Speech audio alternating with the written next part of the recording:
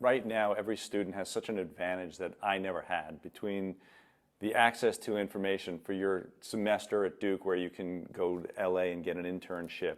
And also media is changing so much. There are so many different areas. When I was there, it was either you're going into film, television, or music.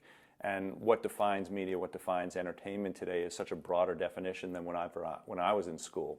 So I think it's really choose your area of interest, whatever that is. If you love music, figure out how to make that a career. If you love television, figure out how to make that career. If you love YouTube videos, figure out how to make that a career.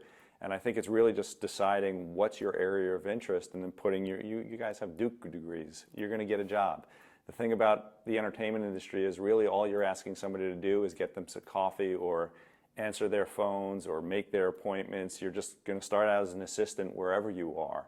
And the entry level, the entry point is not that hard. It's really just going out there and doing it. The business is all about relationships, and it's starting to make those relationships now where you are as students. You have the opportunity to do that from your internships and using that to focus on where you want to go. I'm lucky. I work in an environment where you're around creative people all day long, so my day is sitting in a room with a group of writers, thankfully mostly comedy writers. I do some dramas as well, but so it's really finding people and having the ability. Most of the conversation, most of the dialogue that we have every day is about movies, it's about television, it's about music.